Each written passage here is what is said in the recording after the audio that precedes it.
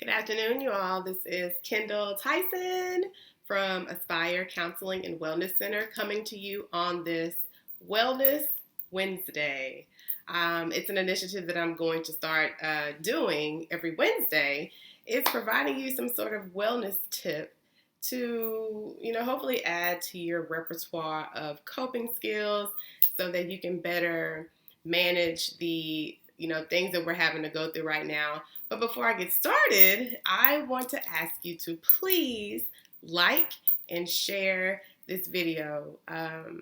The more that we can provide people with the skills to cope with their emotions and things that change in their present environment, I think the more beneficial it's going to be for everyone. When we can, become a bit more aware of ourselves and I'm just, be healthier mentally and physically. So please like and share this video. And, now I'm going to get into the meat of it. What I want to go over today is I want to talk about wellness when it comes to your mindset. And so for me, I've really been having to work on my mindset as we deal with, we're not calling it social distancing anymore, we're calling it physical distancing, because we're literally not having to break our social connection.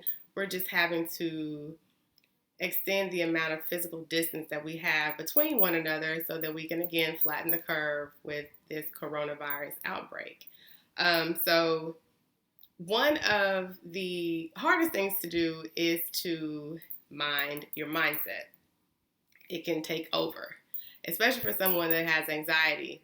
And so what I've been noticing is that when things are out of my control, and I'm sure that maybe you struggle with this as well, when things are out of my control, I can create a scenario very quickly in my mind. So learning how to be aware, physically aware of the fact that my mind is taking control and being able to corral the thoughts that, intrude my mind on a consistent basis is extremely important. When it comes to like cognitive behavioral therapy, it all begins with the way that you think. Your mindset, your cognitions, your thought processes influence the way that you feel, which then influences your behavior. So if you can really work to get a rein on your thought process and the way that you think about things, the things that you're allowing yourself to continue to think on, minimizing the rumination behavior, meaning thinking about something over and over and over again, and that's normally not in a positive sense, the better your outcomes are going to be. And I know this personally, and I've seen it with people that I've worked with students that I've worked with, and things of that nature. So I kind of wanted to give you some tips today on, what can you do when you notice that, especially during this time, I have on my fearless shirt because we have to be fearless when it comes to how we are managing our mental health, prioritizing our mental health, living our lives on a daily basis, especially, right now when there's a lot to fear. And I think the biggest thing to fear is a fear of the unknown. We know that this situation, well, hopefully everyone knows to take the situation seriously. We know that it is temporary, but we don't know what the time span for temporary is.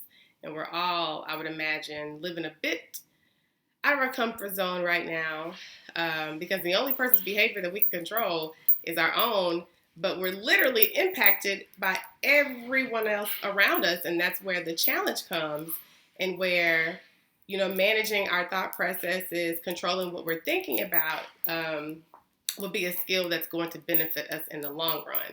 So one thing that I've noticed is whenever I'm starting to feel amped up, it first shows up in my body. What our biophysical feedback, right? And that is, how does whatever emotion you're experiencing present itself for you physically? So for me, I'll go with fear. For me, fear presents itself, my thoughts start racing. I'm thinking about the same thing over and over and over. Everything that I can think about with that thing. And then my heart starts to race. I might get sweaty palms and I'll just become irritated. I won't be around anybody, or I might shut down. That's how I know that my fear response is beginning to grab the reins and lead me in a place that I don't necessarily want to go. So what have I done to be able to manage that and control it a lot better? The first thing that I do is I pause. And I take a deep breath. And I'm not saying that I do it perfectly, but I'm, a lot more aware physically of the manifestation of certain emotions in my body. So then I know, oh, something's happening. I need to pay a bit more attention. I need to do something. I need to be proactive, implement a skill. So I pause. We talked about deep breathing on Monday for Mindful Monday. I take a deep breath so that I don't begin to react. It gives myself that sense of calm. And what I then do is I try and label the emotion that I'm feeling. In one of the journals that I created, there's this amazing tool called the Plutchik's Wheel of Emotions. And it's something that I've included in my Illuminated Mind journal. I share with clients, I share with students, and it is a great resource to help you to be able to identify, how do you more accurately feel. So instead of sad, mad, scared, joyful, powerful, or peaceful, it provides you a larger swath of emotions that are synonymous to, but maybe more intense than scared. So I'm not necessarily scared. I might be feeling anxious, or I might be feeling bewildered, or I might be feeling confused or rejected. So I know this a little bit, right?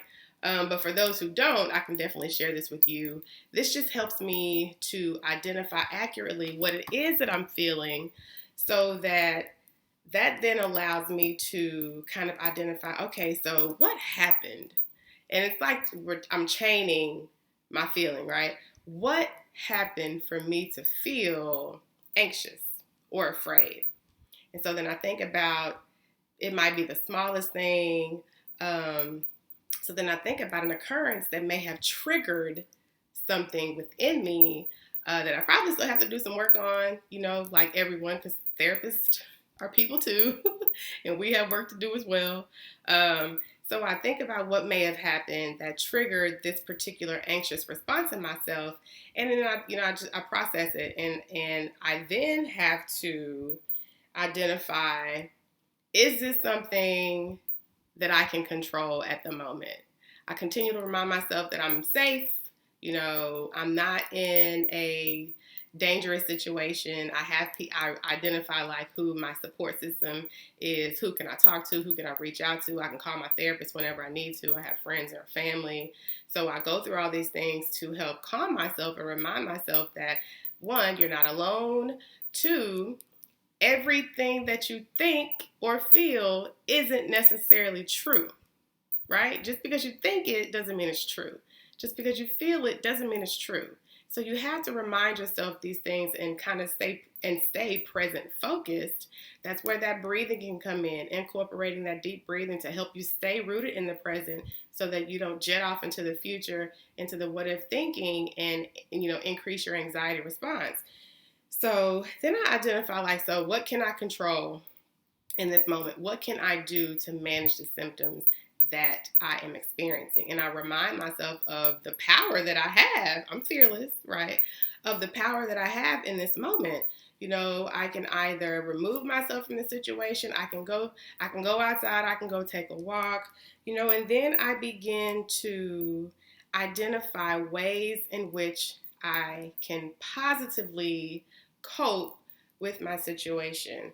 I can do some grounding exercises, identifying the 5 things that I can see, the 4 things that I can feel, 3 things that I can hear, 2 things that I can smell, and then 1 thing that I can taste, right? I think I got all those correct. And so what that does is to keep you focused in reality so that you aren't spiraling, out of control. It helps you to stay present, rooted, and to gain some clarity. And then some other things that you can do, what that I tend to do, is I'll probably still off by myself, and I will need to do something that's going to help me to process what I'm thinking, what I'm feeling, what I'm experiencing. So one of the things that I do whenever I know that I've experienced a surge of negative emotion is I journal. And again, this is my Focus 2020 journal for the second quarter. If you have any questions about it, feel free to, just send me a message. But I journal.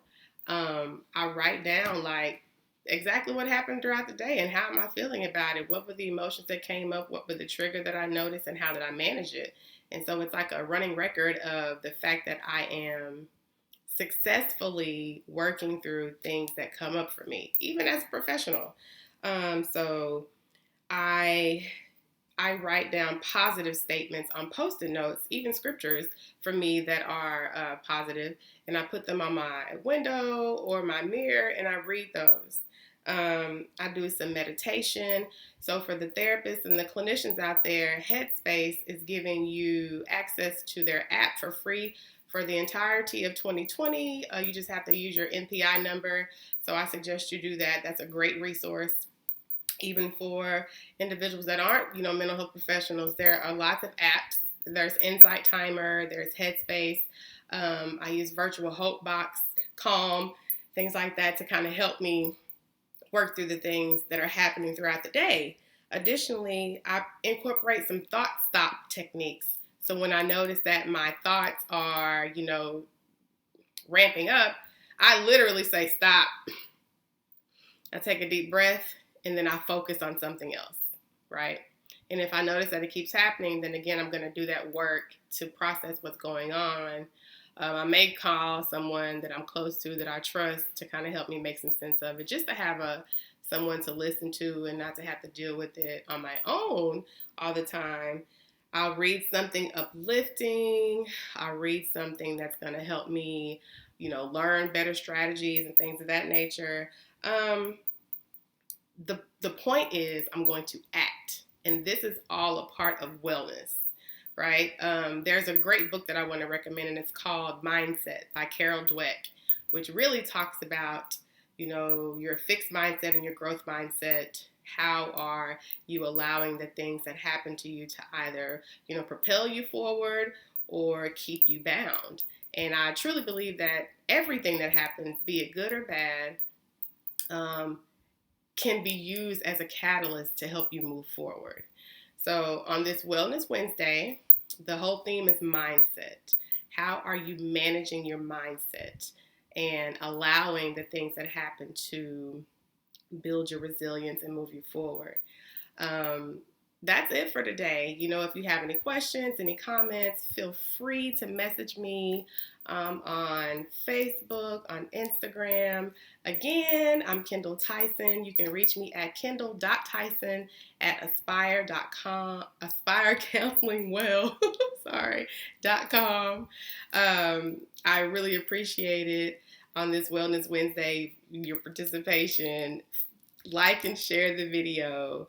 Again, if you have any questions, just send me a message, and I look forward to sharing more with you. And just remember that your personal transformation starts today. You just have to make the decision to begin. Have a great day, everyone.